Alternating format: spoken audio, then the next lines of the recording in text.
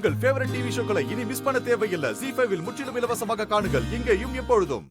என்ன பேசுறீங்கக்கா? நான் பிரச்சனையை கொண்டு வந்தனா? ஆமா, தான் உண்டு தன் வேலை உண்டுன்னு இல்லாம வீட்ல இருக்கிற எல்லாரோட பர்சனல் லைஃப்லயும் தலையிட்டு ஏதாவது ஒரு குழப்பம் பண்ணிட்டு தானே இருக்க. இல்ல, அப்படி நான் யாரோட லைஃப்ல தலையிட்டு அவங்களுக்கு குழப்பம் பண்ணேன்னு கொஞ்சம் சொல்றீங்களா? என்னோட லைஃப்லயும் தான் தலையிட்ட. இதோ நிக்கிறாங்களே சுபாக்கா, இவங்களோட லைஃப்லயும் தான் நீ தலையிடுற.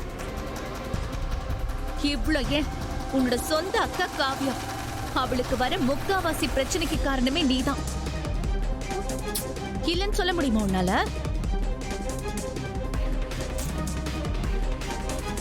என்னக்கா பேசிட்டு இருக்காங்க இவங்க?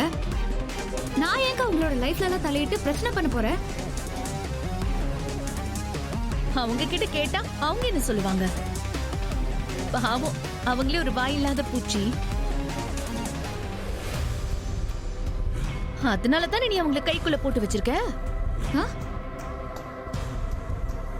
என்னாச்சு ஹேமா உனக்கு? ஏன் இப்படி சம்பந்தமே இல்லாம பேசிட்டு இருக்க?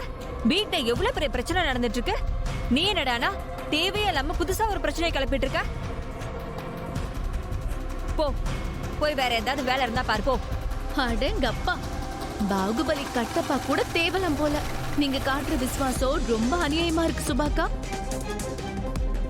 ஏமாக்கா, நீங்க சொல்றதுல நியாயம் இருக்கிறதாவே இருக்கட்டும். ஆனா அதெல்லாம் இப்ப பேசிட்டு இருக்க நேரம் இல்ல. வீட்ல இதை விட பெரிய பிரச்சனை போயிட்டு இருக்கு. அதெல்லாம் முடியட்டும். நம்ம இத பத்தி எல்லாம் அப்புறம் பேசிக்கலாம். அப்படி பேசிட்டு தான் மறுவேளை பாப்பீங்க பாரு. நீங்க ரெண்டு பேரும் இவ்வளவு கண்மூடித்தனமா நம்புறதுக்கு ஒரு நாள் செம்மையா அனுபவிப்பீங்க பாருங்க. ஏய், என்ன இப்படி பேசுறாங்க?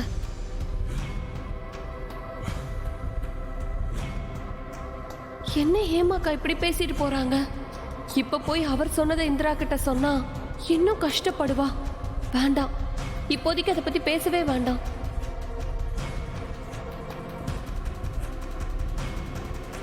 இந்திரா, அவ பேசினதெல்லாம் பெருசா எடுத்துக்கிட்டு நீ மனசு போட்டு குழப்பிக்காத.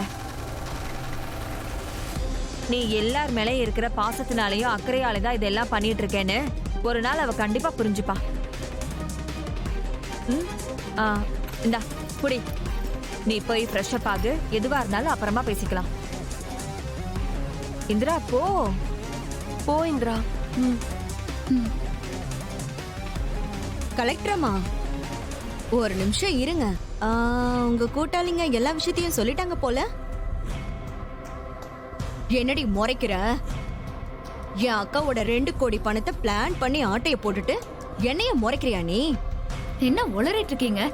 உளறனா நானா? ஏண்டி, நீயும் அந்த ஜேபியும் கூட்டு கலவானீங்க தானே? அவங்க கூட சேர்ந்து போர்ஜரி பண்ணி இந்த வீட்டை வாங்க வைக்க நீயும் உடந்தையா தானே இருந்த. அப்புறம் எதுவுமே தெரியாத மாதிரி நடிக்கிற. இங்க பாருங்க, உங்களுக்கு அவ்வளவுதான் மரியாதை. இதுக்கு மேல ஏதாவது பேசுனீங்க அப்புறம் நான் என்ன பண்ணுவேன்னு எனக்கே தெரியாது. பாத்துக்கோங்க. ZEE5 ஆப்பை டவுன்லோட் செய்து அனைத்து எபிசோடுகளையும் இலவசமாக பாருங்க.